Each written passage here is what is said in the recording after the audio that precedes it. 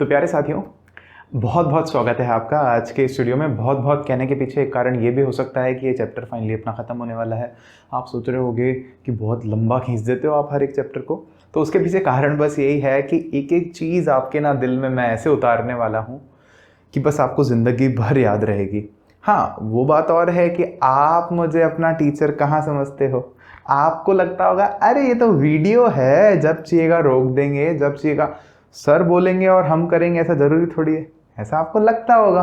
लेकिन आप में से जो कोई भी जो चीज़ें मैं कह रहा हूँ उस तरह से अगर पढ़ेगा, उस तरह से अगर समझेगा, तो वो जीवन में जो वो चाहे वो बन सकता है, जो वो चाहे वो हासिल कर सकता है।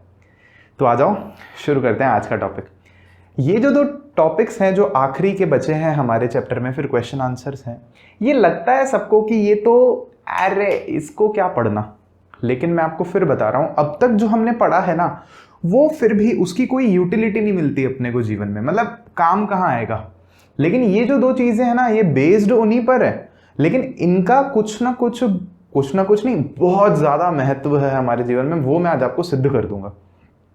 तो पहले अपन ये दो टॉपिक पढ़ेंगे, फिर इस वीडियो में आगे हम लोग चैप्टर के बीच में जो क्वेश्चंस होते हैं ना वो सारे खत्म करेंगे, और फिर अगले वीडियो में पॉसिबली हम लोग एनसीईआरटी के जो पीछे अभ्यास के प्रश्न उत्तर होते हैं ना वो करेंगे।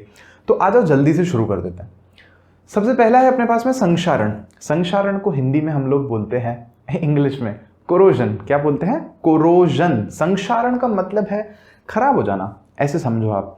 और कोरोड जो शब्द है जिससे कोरोजन बना है, उसका भी मतलब होता है खराब हो जाना। तो कोरोड हो रहा है। क्या कोरोड हो रहा है वो देखो आप।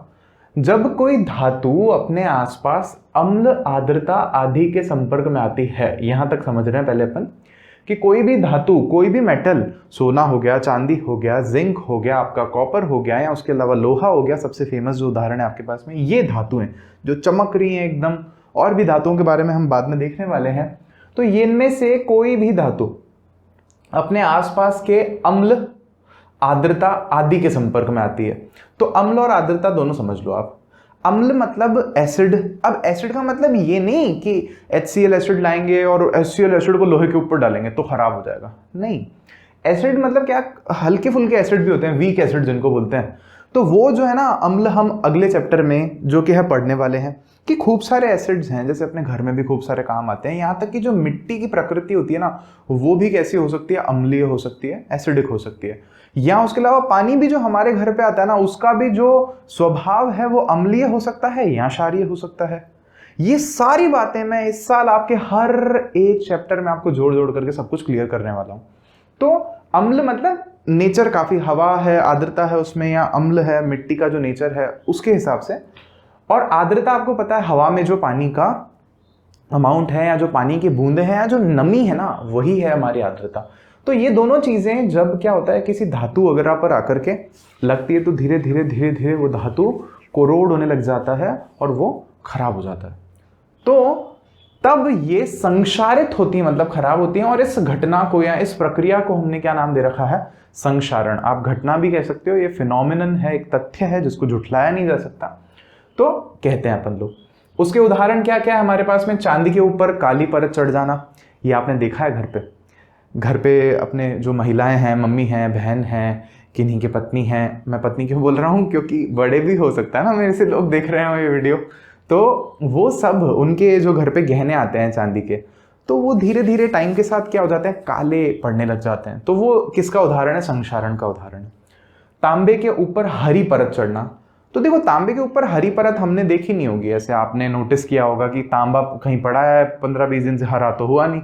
तो क्या होता है, तांबा पहले है ना हल्का भूरा होता है, फिर धीरे धीरे अगर वो कोरोड होता है तो वो डार्क ब्राउन हो जाता है ना, गाढ़ा भूरा रंग हो जाता है। फिर उसके बाद धीरे धीरे वो ब्लैक कलर हो जाता है, फिर वो कुछ और टाइम बाद वो हरा कलर हो जाता है, जैसा कि मैं आपको स्क्रीन पर दिखा रहा हूँ। हाँ, मतलब पिक्चरों में, फोटोज वगैरह में आपने जरूर देखा होगा, ये बात पक्की है इस तरह से। और उसके अलावा एक उदाहरण है हमारे पास लोहे पर जंग लगना। तो जंग तो आप सबने देखी है लोहे पर, कैसे लाल भूरे रंग की, लाल भूरे कलर की जो है एक परत चढ़ जाती है लोहे की, जो भी चीजें हैं हमारे पास, आयरन के जो भी आर्टिकल्स हैं उनके ऊपर। तो अब ये चीज नुकसान वाली है ना हमारे लिए। चांदी कौन चाहेगा खराब हो जाए उसकी, है ना, या तो फिर लोहा, इतना सारी चीजें लोहे की हमारे चारों तरफ, कौन चाहेगा खराब हो जाए। तो अब मैं आपको इसकी बहुत बहुत बड़ी प्रैक्टिकल एप्लीकेशन बताने वाला हूं। वो समझो कैसे। हमारा जो देश है ना, हमारे देश में हर साल कितना पैसा जंग से बचाने के लिए, लोहे को जंग से बचाने के लिए खर्च होता है। आप एक बार चलो अंदाजा मन में सोच करके देख लो। मैंने जो नंबर पढ़ा ना, मुझे खुद को विश्वास नहीं हो रहा उस पर। तो ये नंबर है दोस्तों 100 बिलियन यूएस डॉलर्स। बस होता कितना है वैसे रुपए में, तो मैं आपको बता देता हूँ। ये लगभग, मतलब मेरी गणित बहुत ज़्यादा अच्छी नहीं है, लेकिन ये आपका होता है लगभग, अगर हम मान लें 70 रुपये का $1 है, अगर हम ऐसा मान लें, तो ये हो जाएगा लगभग 7 लाख करोड़ रुपए। सही बोल रहा हूँ? मतलब इतना, मतलब मुझे तो समझ नहीं आ रहा ये नंबर होता कितना बड़ा है।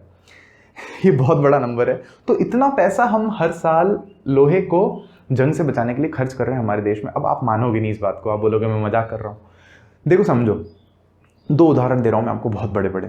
पहला उदाहरण दे रहा हूँ हमारे समुद्री इलाके का, जहाँ पर हमारे नेवी के जहाज हैं बड़े बड़े, जिनमें से आपने INS विक्रांत के बारे में तो सुना ही होगा, और भी हैं। और उसके अलावा बहुत सारे प्राइवेट भी तो हैं, कंपनी वाले, जो कि कोस्टल जो शिप्स होते हैं, या जिनको क्या कहते हैं, सामान भेजने वाले मालवाहक जहाज जो होते हैं, तो वो भी तो होते हैं ना। सिर्फ नेवी के पास थोड़ी होते हैं जहाज, उनके पास भी होते हैं। इन सब जहाजों में बड़े बड़े लोहा कितना ज़्यादा यूज़ होता है बनाने में इनको। सही बात है। तो उसको फिर आप पानी में और उतार दोगे समुद्र में ले जाने के लिए, तो जंग लगेगी ना उस पर, तो खराब हो जाएगा। वहाँ तो सीधा पानी है, आर्द्रता तो और ज़्यादा है, वहाँ नमी भी बहुत ज़्यादा है, वहाँ पे हवा हवा तो सब कुछ है वहाँ पे, तो वो खराब होने लग जाएंगे। तो उसको जंग से बचाने के लिए बहुत बड़ी जो है चुनौती है हमारे पास में। दूसरा एक और उदाहरण मैं आपको बता रहा हूँ, ये बड़े बड़े बता रहा हूँ, छोटे मोटे नहीं कि अपने घर पे गेट खराब हो गया, थोड़ा लाल हो गया, घिस देंगे, कलर कर देंगे, नहीं, बहुत बड़े स्तर पे सोच के देखो। हमारे देश में कितनी ज़्यादा रेलवे ट्रैक्स होंगे, रेल की पटरियाँ बहुत लंबी है। तो अब वो रेल की पटरियाँ किसकी बनी हुई होती है? लोहे की होती है ना, प्लास्टिक की थोड़ी बनाते हैं, लोहे की है। अब लोहे पर जंग लगेगी तो वो खराब होगी, और अगर मान लो खराब होती है तो वो फ्रिक्शन वगैरह, ट्रेन में चलने में दिक्कत आएगी, टूट गई तो फिर और मुसीबत, ट्रेन पटरी से उतर सकती है और कितनी बातें हो सकती हैं। तो उसमें भी हमारा सोचो एक और कैसा योगदान है कि ना, हम लोग जब ट्रेन में बैठते हैं ना, तो हमने देखा है सबने कि अगर हम मतलब मान लो करने जाते हैं वहाँ पे ट्रेन में 2 नंबर, तो सब कुछ कहाँ जाता है? जो हमारा मतलब फीकल है, एक्सक्रीटा, जो अपशिष्ट हमारे शरीर से बाहर निकलता है, वो कहाँ जाता है? पटरी पे, थोड़ थोड़ थोड़, और ट्रेन चल रही होती है, पानी और डाल देते हैं उसमें, तो पानी भी जा रहा है ना, और ऐसी नमी वाली चीज़ भी जा रही है, छी। तो वो सब क्या रेलवे ट्रैक पे तो जा रही है, तो वो उसको क्या कर देगी? जंग लगा देगी ना उसको, तो जंग लगेगा, खराब हो जाएगी रेलवे की पटरी। तो उससे बचाने के लिए हमारे देश में, आपको ध्यान होगा 2013 या 14 से, शायद 15 से, जो हमारी सरकार है वो बायो टॉयलेट की बात कर रही है। ऐसा टॉयलेट जिसमें से जो, मतलब ट्रेन के अंदर स्पेशली, जिसमें से जो फीकल एक्सक्रीटा है या जो कचरा है, वो आपका पटरी पर ही ना जाए, मतलब पटरी पर ही नहीं जाए, वो वहीं स्टोर हो जाए, और उसको फिर बाद में किसी और काम में स्लरी बनाने के, या ऐसे सोच लो कि खाद वगैरह बनाने के, या कहीं और किसी ऐसे पर्पस में काम में ले लिया जाए। तो ऐसा कुछ भी चल रहा है, और उसके लिए 1000 करोड़ रुपए भारत सरकार ने उस प्रोजेक्ट के लिए दिए थे। और ये तो मैंने सिर्फ आपको 2 ही चीज़ें बताई है, उसके अलावा कितनी सारी इंडस्ट्रीज़ हैं, कितनी सारी गाड़ियाँ हैं, कितना कुछ है। और ये जो नंबर है कितना, 7 लाख करोड़, ये बड़ा इसलिए भी है कि हमारे देश में, मतलब इसमें हमने क्या किया होगा कि हर तरह का सब कुछ काउंट किया होगा। जैसे मान लो हमने कोई पुराना जहाज है ना, कबाड़ी वाले को दे दिया मान लो, तो उसकी कितनी कीमत मिली वो नहीं गिनी हमने, समझ रहे हो? हम तो वैसे कैसे हिसाब लगाते हैं, अच्छा ये पुराना टेबल है, ये दे दिया तो 2000 तो इसके आ गया, नया लाया 5000 का तो नया तो 3000 का पड़ा। नहीं, ऐसे नहीं, मतलब हो सकता है कि इसमें सब कुछ ही काउंट कर लिया हो, जो वापस से बच रहा हो वो काउंट नहीं किया हो। समझ में आ गई आपको ये बात? तो ये कितना बड़ा टॉपिक है। अब लोहे को जंग लगाने से कैसे बचाते हैं, ये दिमाग में सवाल होना चाहिए। मतलब आपको तो खुश हो जाना चाहिए कि अरे हमको पता है इतनी बड़ी चीज़। तो वो चीज़ हम सीखेंगे बाकी के चैप्टर्स में, 2nd चैप्टर में, 3rd चैप्टर में। समझ में आया कितना इंटरेस्टिंग टॉपिक है? तो बढ़िया बात है। अब उसके बाद है हमारे पास 2nd, जो कि है विकृत गंधता। तो विकृत माना, विकृत मतलब बिगड़ जाना, गंधता, गंध मतलब क्या? स्मेल, तो स्मेल बिगड़ जाना। स्मेल किसकी बिगड़ रही है? देखो, वसायुक्त और तेलीय खाद्य सामग्री, वसा वाली और तेल वाली खाद्य सामग्री। वसा मतलब क्या? चिकनाई वाली चीजें, मलाई वगैरह हो गया, चीज हो गया, या तेल तो फिर बताइए आपको क्या ही बताएं, तलने वाली चीजें।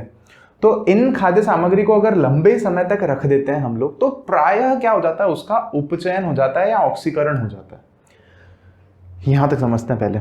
मैंने लिखा है यहां पर प्रायः, मतलब अधिकतर तो ऐसा हो ही जाता है।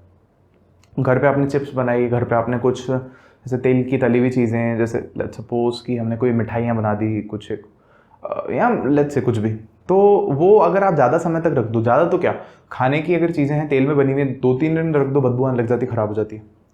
सब्जी वगैरह बनाते तो 2-3 दिन में ख़राब हो जाती है, 2 दिन में ख़राब हो जाती है, गर्मी में जल्दी ख़राब होती है, सर्दी में थोड़ा लेट ख़राब होती है। तो ये चीज़ें ख़राब हो जाती है। क्यों ख़राब हो जाती है? उनका क्या हो जाता है? उपचयन हो जाता है, ऑक्सीकरण। उपचयन और ऑक्सीजन एक ही, ऑक्सीकरण एक ही चीज है, और ऑक्सीडेशन इंग्लिश में वर्ड है इसके लिए। ऑक्सीजन आके रिएक्शन कर लेती है उससे, तो प्रायः ऐसा हो जाता है, और उसकी गंध बिगड़ जाती है और स्वाद भी उसका बिगड़ जाता है, तो फिर हम खा नहीं सकते।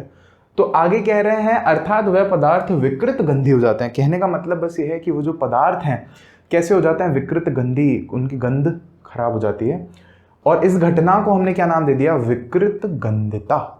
सिंपल, इसको इंग्लिश में कहते हैं रेंसिडिटी। क्या बोलते हैं? रेंसिडिटी। तो रेंसिडिटी को रोकने के लिए फिर क्या करें? हमारे लिए तो नुकसान वाली चीज है ये बहुत ज्यादा। तो मैं आपको पहले तो सबसे सिंपल तरीका बता देता हूं। अब हमारा नुकसान हो रहा है तो हमारे फायदे की बात भी होनी चाहिए। तो सबसे सिंपल तरीका है इसको बचाने का कि आप चीजों को है ना एयर टाइट कंटेनर में रखो। मतलब हवा ना बाहर जा सके ना अंदर आ सके, क्योंकि सबसे बड़ा दुश्मन यहां कौन है? हमारा उपचयन कराने वाली हवा, और जो कि हम अभी कह सकते हैं ऑक्सीकरण, ऑक्सीजन। मतलब सबसे बड़ा दुश्मन यहां पर हमारे लिए कौन है? ऑक्सीजन, चीजों को खराब करने वाला।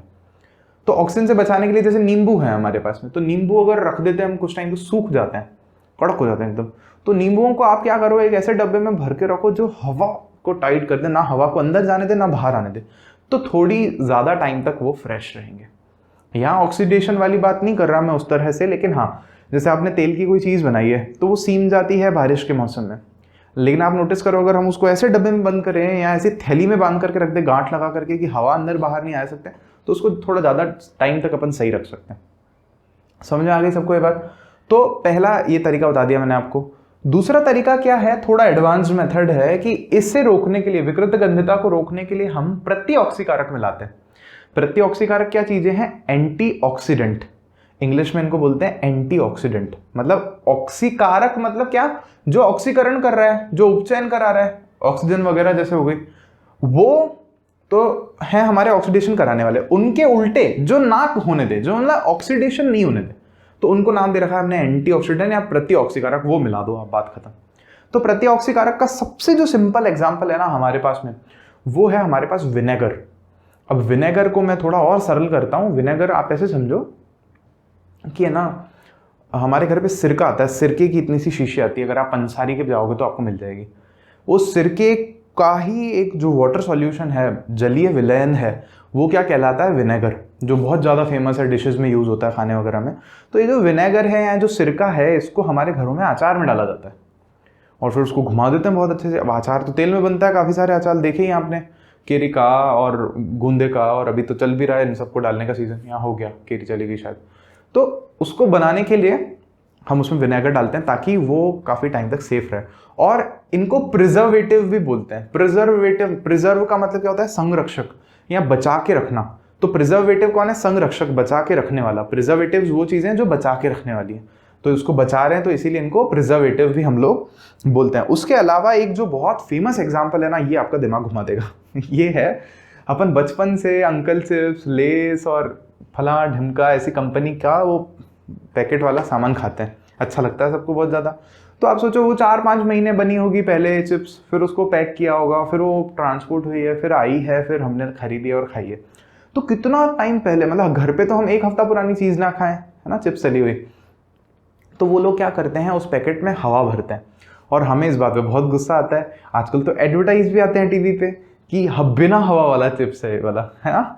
तो वो हवा भरते हैं। अब वो हवा क्यों भरते हैं? हमको लगता है कि हवा के पैसे ले रहे हैं हमसे, कैसे लोग हैं ये भर के देना चाहिए ना पूरा, नहीं, लेकिन वो थोड़े होशियार लोग हैं। वो कैसे? वो उस पैकेट के अंदर क्या भर करके देते हैं हमें? Nitrogen gas.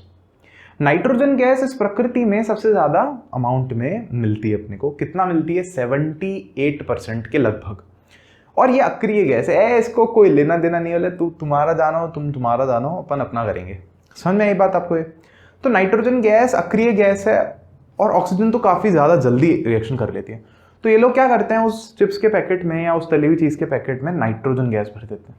अब वो नाइट्रोजन वहाँ है, नाइट्रोजन चिप से रिएक्शन करेगी नहीं, तेल वाली चीज़ से, वसा वाली चीज़ से ऑक्सीजन को आने नहीं देगी। अगर नाइट्रोजन ऑलरेडी अंदर बैठी है तो ऑक्सीजन आ नहीं सकती, और वो पैकेट तो पैक है ना, कैसे आएगी? छेद कर दो आप तो नाइट्रोजन बाहर आ जाएगी, ऑक्सीजन अंदर चली जाएगी, विसरण हो जाएगा, तो फिर गड़बड़ हो जाएगी। तो इसका मतलब क्या है कि आपको पैकेट खरीद रहे हो ना बाहर से, बाजार में से, नाइट्रोजन गैस वाला खरीदना चाहिए कि गैस हो उसमें। नाइट्रोजन तो आपको कैसे पता चलेगा, लेकिन हाँ गैस हो उसमें।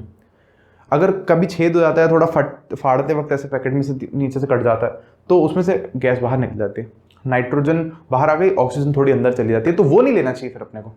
हाँ, उसी वक्त फटा हो तो उसको खा सकते हो आप, लेकिन मान लो टंगा ही पड़ा है बाहर और उसको ऐसे हो गया, बाहर से गैसेस चली गई अंदर, फिर उसको खा रहे हैं, तो वो विकृत गंदी हो चुका होगा, बहुत ज़्यादा चांसेस हैं इस बात के। समझ में आई आपको ये बात? तो नाइट्रोजन क्यों डाल रहे हैं उस पैकेट में? क्योंकि नाइट्रोजन अक्रिय गैस है और ये विकृत गंदी होने से बचाएगी उस तले हुए पदार्थ को। क्लियर है क्या बात? ये क्वेश्चन है आपकी किताब में, मैं बोलूंगा जब आपको लिखने के लिए, तो फिर आप अपने आप से लिख लेना इसका आंसर, ठीक है। उसके बाद लास्ट एक चीज की, और भी हमारे पास क्या होते हैं, हमारे पास में और भी प्रतिऑक्सीकारक होते हैं। जैसे यहाँ पे मैंने नाइट्रोजन गैस लिखा है, उसके अलावा विटामिन सी लिखा है और विटामिन ई लिखा है। ये नेचुरल है, प्राकृतिक, मतलब प्रकृति से मिले अपने को बने बना, और ये प्रिजर्वेटिव्स की तरह काम करते हैं या एंटीऑक्सीडेंट्स प्रतिऑक्सीकारक की तरह काम करते हैं। और इनके अलावा भी हमारे पास प्रतिऑक्सीकारक होता है, और वो होते हैं मानव निर्मित, या जिनको आप कह सकते हो आर्टिफिशियल, मतलब हमने केमिकल मिलो करके बना के तैयार कर दिया। चलो ठीक है, एक छोटा सा मैं आपको काम दे रहा हूं करने के लिए। आप जब भी ये वीडियो देख रहे हो या जब भी किसी भी प्लेटफॉर्म पर इस वीडियो को देख रहे हो, तो आप वहां पर अगर कोई कमेंट सेक्शन है या मुझ तक पहुंचने की जगह है, तो वहां पर आकर के आप संक्षारण में मैंने आपको इंडिया के विक्रांत, है ना, INS विक्रांत के बारे में बताया। तो ऐसे आप और भी कोई 5 बड़े बड़े समुद्री जहाज़ों के नाम है ना, लिख करके बताना मेरे को, ढूंढ करके। आपको भी मज़ा आएगा, मुझे भी आपके जवाब अगर मुझ तक पहुँचेंगे तो पढ़ने में बहुत मज़ा आएगा। तो ठीक है, अब अपन बढ़ते हैं चैप्टर के क्वेश्चंस पर। हम पहले देख रहे हैं पेज नंबर 11 के क्वेश्चंस को। चैप्टर के अंदर जो मेरे पास किताब है वो मैंने इसी साल डाउनलोड की है, 2020 में। थोड़ा बहुत पेज नंबर आगे पीछे होता रहता है, आप उस बात का ध्यान रखिएगा। तो मेरे पास है यहाँ पर पेज नंबर 11 में क्वेश्चन। उससे पहले जो हैं वो क्वेश्चंस मैं इसलिए नहीं ले रहा हूँ क्योंकि हम पुराने वीडियोज़ में साथ साथ चलते चलते कर चुके हैं, और वही क्वेश्चंस मैं लूँगा जो हमने नहीं किए। ठीक है, इस बात को आ जाओ आगे देखते हैं। तो पहला क्वेश्चन यहाँ पर दे रखा है कि किसी पदार्थ X के विलयन का उपयोग सफ़ेदी करने के लिए होता है। मतलब कोई एक पदार्थ है, सफ़ेद पाउडर जैसा है, मैं आपको बताता हूँ, उसका सफ़ेदी करने के लिए मैं आपको बता चुका हूँ। दरअसल कल ही नहीं थी क्या, चूना जो ला करके दीवारों पर करते हैं, वो सड़कों के किनारे किनारे भी डालते हैं, जिसको अगर कोई त्यौहार होता है या अगर कोई दुखद समाचार हो जाता है तो वही चीज़ की बात कर रहे हैं। तो कह रहा है वो कोई चीज़ है ना X का विलयन, उसको पानी में घोल करके पुताई करते हैं उससे। 2 क्वेश्चन पूछे हैं, कह रहा है पदार्थ X का नाम बताओ और इसका सूत्र बताओ। तो पहले का जो पहला आंसर है वो तो हो जाएगा X पदार्थ का जो नाम है वो नाम आप लिख दो कैल्शियम ऑक्साइड। क्या साथियों? कैल्शियम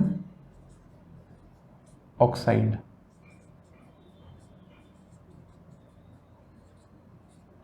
दूसरा जो है इसने पूछा है, उसका सूत्र पूछा है हमसे।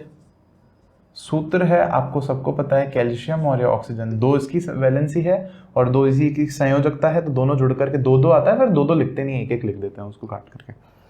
दूसरे में इसने पूछा है कि ना ऊपर एक में लिखे, मतलब ये जो एक में लिखा है इसको पदार्थ X की जल के साथ अभिक्रिया लिखो, तो इसकी हमें जल के साथ अभिक्रिया बतानी है। तो बहुत ज़्यादा सिंपल है ये भी।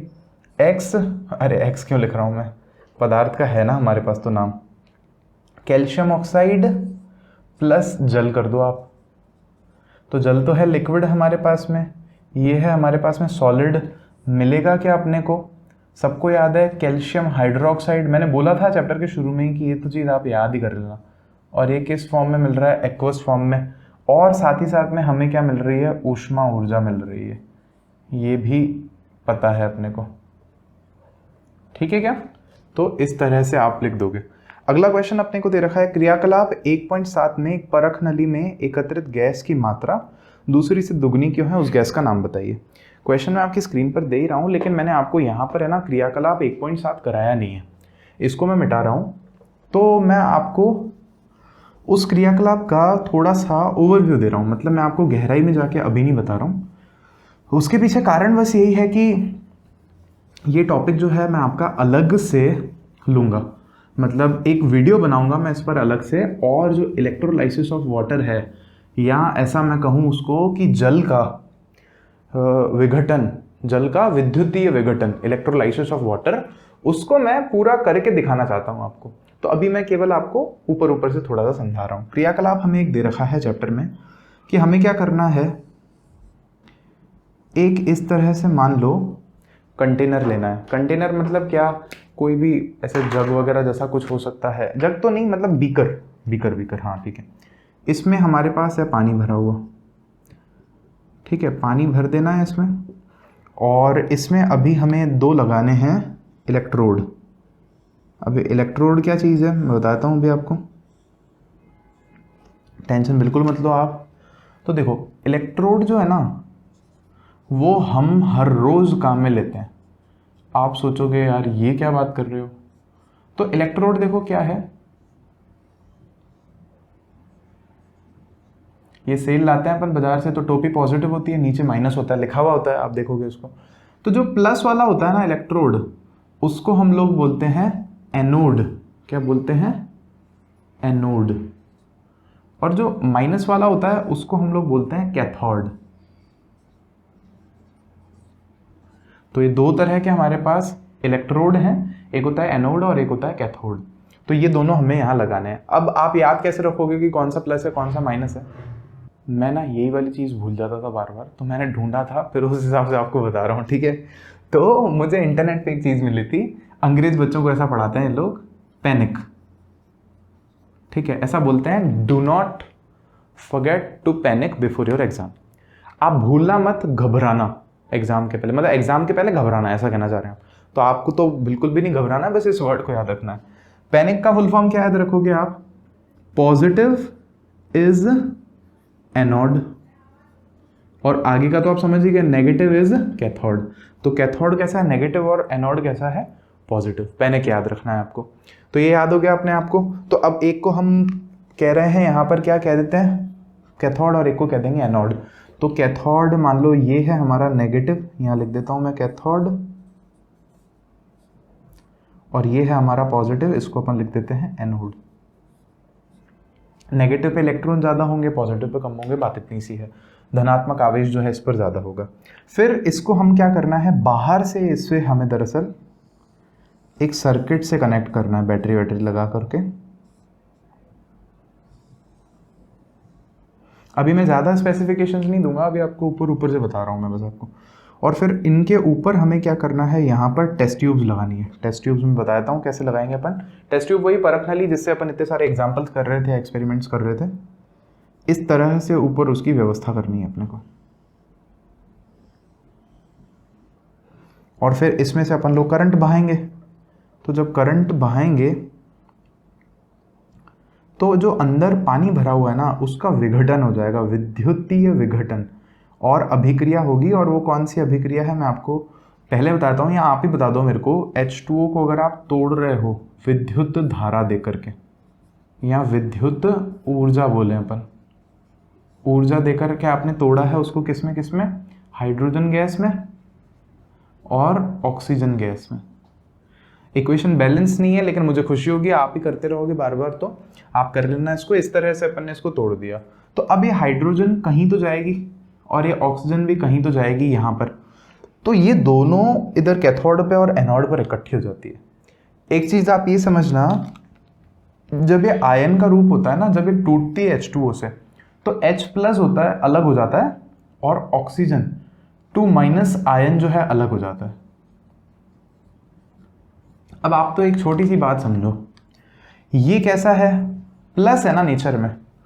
प्लस किसके पास जाएगा? प्लस के पास जाएगा कि माइनस के पास जाएगा? माइनस के पास जाएगा। तो ये दौड़ के किसके पास जाता है, माइनस के पास में, कैथोड के पास में। और ऑक्सीजन आप ऑब्वियसली बात समझ गए कहाँ जाएगा, एनोड के पास में, प्लस के पास में। तो कैथोड पर मान लो इसको हमने कैथोड बोला था यहाँ पर, तो कैथोड पर कौन सी गैस आएगी, हाइड्रोजन। यहाँ कौन सी गैस आएगी हमारे पास में, हाइड्रोजन। इसको लिख देते हैं अपन हाइड्रोजन। और यहाँ पर हमारे पास में फिर कौन सी गैस आएगी बाद में, उसको मैं यहीं बना देता हूँ। ऑब्वियस सी बात है जो बची है हमारे पास में, और बचा क्या है हमारे पास में, ऑक्सीजन गैस। बस यहाँ बात एक है कि आप एक बात समझो, जैसे मान लो आपके पास है ना, मैं सरल करने के लिए बता रहा हूँ ये चीज़, H2O के कितने अणु हैं आपके पास में, अणु या मॉलिक्यूल हम कह रहे हैं कितने हैं। तो मैं एक बार उदाहरण के लिए आपको कह रहा हूँ, मान लो 50 है, तो 50 H2O को तोड़ रहे हैं अपन, तो 50 हमें क्या मिलेंगे, H2 मिलेंगे, और 50 हमें क्या मिलेंगे, ऑक्सीजन मिलेंगे, ऑक्सीजन का परमाणु मिलेगा, और 50 हमें क्या मिलेंगे, H2 मिलेंगे। और इसको अगर मान लो हम इस तरह से समझना चाहें कि ऑक्सीजन और ऑक्सीजन मतलब ऑक्सीजन प्लस ऑक्सीजन जो है वो मिलकर के O2 बना दे, तो 50 तो कुल थे ऑक्सीजन, तो O2 कितने होंगे, 25 हो जाएंगे। और ये कितने मिल रहे हैं अपने को, H2 50। तो ये पूछ रहा है हमसे क्वेश्चन में कि क्रियाकलाप अभी ये जो 1.7 में जो हुआ, जो अभिक्रिया हुई, उसमें हमें एक जगह हाइड्रोजन जो है वो तो ज़्यादा मिल रही है, डबल मिल रही है, जबकि ऑक्सीजन जो है वो गैस तो हमें आधी मिल रही है, ऐसा क्यों। तो आप उसको बोलोगे क्योंकि हाइड्रोजन और ऑक्सीजन से मिलकर जो अणु बना है वाटर, पानी के अणु में हाइड्रोजन का जो मात्रा है वो दुगनी है। हाइड्रोजन के एक अणु में, जल के एक अणु में हाइड्रोजन 2 है और ऑक्सीजन 1 है। तो इसीलिए जब विघटन होता है तो ऑक्सीजन गैस का जो मात्रा है, गैस की जो मात्रा है वो आधी होती है, किससे, हाइड्रोजन गैस की मात्रा से। अब मुझे उम्मीद है कि आपको एक चीज समझ में आई है। ये सारी चीजें कैथोड फैथोड आगे बात करेंगे अपन, 11वीं 12वीं में बात करेंगे अगर मैं आपको पढ़ाऊंगा तो, लेकिन अभी आप इसको ध्यान रखो। एक छोटी सी चीज और समझ लो यहाँ पे जो आगे काम आएगी, क्योंकि इतना मैं बता चुका हूं तो इसीलिए कंटिन्यू कर रहा हूं। अगर कोई चीज है वो कैथोड की तरफ जाती है, तो कैथोड को देखो इंग्लिश में अपन कहते हैं ऐसे, मतलब कैथोड ही लिखते हैं, और इसको एनोड को भी इंग्लिश में ऐसे लिखते हैं। तो अगर कोई चीज कैथोड की तरफ जा रही है तो वो कैसी है, प्लस। तो प्लस वाला जो भी आयन है ना उसको हम लोग बोलते हैं कैटायन। और अगर कोई चीज एनोड की तरफ जा रही है, खिंची इसकी तरफ, तो वो खुद कैसी होगी, ऑब्वियस सी बात है, नेगेटिव। तो जो नेगेटिव चीज है ना उसको हम लोग बोलते हैं एनायन। अब देखो इसको है ना कंफ्यूज मत करना, ये शब्द यूज होंगे, कैटायन है या हम लोग बोल देते हैं धनात्मक है, या एनायन है तो हम हिंदी में बोल देते हैं ऋणात्मक है। लेकिन इंग्लिश टर्म में आप कंफ्यूज मत होना, कैथोड नेगेटिव है, कैटायन पॉजिटिव है, एनोड पॉजिटिव है, एनायन नेगेटिव है। क्लियर। तो ठीक है, यहां तक आपको समझ में आ गया है, तो हम आगे बढ़ सकते हैं। तो यहां पर हम लास्ट पोर्शन पर आ गए हैं चैप्टर के, and this portion is talking about जब लोहे की कील को कॉपर सल्फेट के विलेन में डुबोया जाता है तो विलेन का रंग क्यों बदल जाता है। ये क्वेश्चन कराने की मुझे ज़रूरत नहीं है, हमने लोहे की कील डुबा करके एक्सपेरिमेंट करके देखा है पिछले वीडियोज़ में कि लोहा है Fe और कील को आप डुबा रहे हो किसमें, कॉपर सल्फेट में, तो क्या बनेगा, FeSO4 आयरन सल्फेट और कॉपर अलग हो जाएगा। तो आपको बोलना है क्योंकि वहाँ पर क्या हो रही है, विस्थापन अभिक्रिया हो रही है, जिसमें कि जो कॉपर है वो विस्थापित हो जाता है किससे, आयरन से या Fe से, क्योंकि वो उससे ज़्यादा अधिक अभिक्रियाशील है। और नए जो चीज़ का निर्माण होता है, नए हमारे पास में पदार्थ का निर्माण होता है जो कि है फेरस सल्फेट, और कॉपर अलग हो जाता है जो कि भूरे रंग की परत बन करके उस कील पर इकट्ठा हो जाता है, इसलिए रंग बदल जाता है। उसके बाद है हमारे पास में क्रियाकलाप 1.10 से भिन्न द्विविस्थापन अभिक्रिया का एक उदाहरण दीजिए। तो इसका उदाहरण मैं आपको पहले बता चुका हूँ, ये हमारे पास इस चैप्टर के शुरू में ही है इसका example.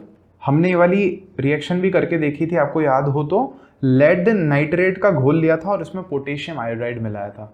Lead nitrate PbNO3 potassium iodide Ki मिलाया था, वो पीला पीला बन गया था।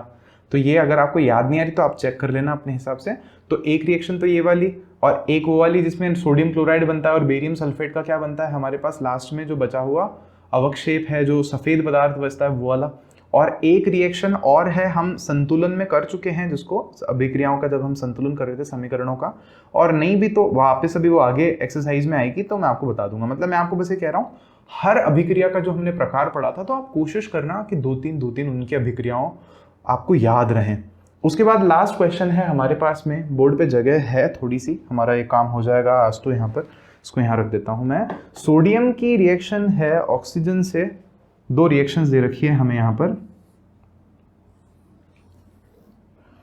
पहली है सोडियम की रिएक्शन हो रही है दोस्तों ऑक्सीजन से, और यहाँ पर हमारे पास बन रहा है Na2। ठीक है, क्वेश्चन में हमको कहा है निम्न अभिक्रियाओं में उपचय तथा अपचयित पदार्थों की पहचान कीजिए, मतलब किसका ऑक्सीडेशन हो रहा है और किसका रिडक्शन हो रहा है, वो चीज़ आपको बतानी है। तो देखो बहुत ज़्यादा सिंपल है ये, वैसे बैलेंस नहीं किए मैंने ना, आप उसको देखते रहना हो। तो यहाँ पे आप देख रहे हो सोडियम में ऑक्सीजन ऐड हो रहा है, तो हम कह रहे हैं कि सोडियम में ऑक्सीजन ऐड हो रहा है, तो इसका क्या हो रहा है यहाँ पर ऑक्सीकरण या उपचयन। ठीक है, मैं चलो उपचयन ही लिख देता हूँ, एक ही बात है दोनों चीज़ें। और आप ये लिख देना क्योंकि इसमें ऑक्सीजन ऐड हो रहा है, ऑक्सीजन जुड़ रही है, तो इसका क्या हो रहा है उपचयन हो रहा है। दूसरी अभिक्रिया हमें दे रखी है यहाँ पर कॉपर ऑक्साइड की, ये अच्छी वाली रिएक्शन है। कॉपर ऑक्साइड पर हम लोग अगर हाइड्रोजन गैस डालते हैं तो कॉपर तो वापस अलग हो जाता है और पानी बन करके हाइड्रोजन जो है ऑक्सीजन के साथ जुड़ जाती है। यहाँ पे क्या हो रहा है, यहाँ पे दो चीज़ें आप देखोगे कि कॉपर जो है, कॉपर ऑक्साइड से क्या बन रहा है हमारे पास में Cu बन रहा है, तो ऑक्सीजन बाहर निकल रही है, तो कॉपर ऑक्साइड का अपचयन हो रहा है किसमें, कॉपर में, क्योंकि उसमें से ऑक्सीजन बाहर निकल रही है। तो आप लिख दोगे क्योंकि ऑक्सीजन निकल रही है तो उसका क्या हो रहा है, अपचयन हो रहा है, यहाँ रिडक्शन हो रहा है। और दूसरी चीज़ यहाँ पे आपको क्या देखने को मिल रही है कि जो हाइड्रोजन गैस है उसमें तो ऑक्सीजन जुड़ रही है, तो क्योंकि हाइड्रोजन गैस में ऑक्सीजन जुड़ रही है तो उसका क्या हो रहा है ऑक्सीडेशन या उपचयन या ऑक्सीकरण। तो ये थे हमारे चैप्टर तक के क्वेश्चंस। कोई भी डाउट, कोई भी क्वेरी मुझ तक पहुंचाइए, मुझे बहुत खुशी होगी आपको जवाब देने में। और हाँ, नेक्स्ट वीडियो में हम लोग एक्सरसाइज के सारे क्वेश्चंस करेंगे जो भी बचे हुए हैं अच्छे से। मिलता हूँ आपसे और वीडियोस में।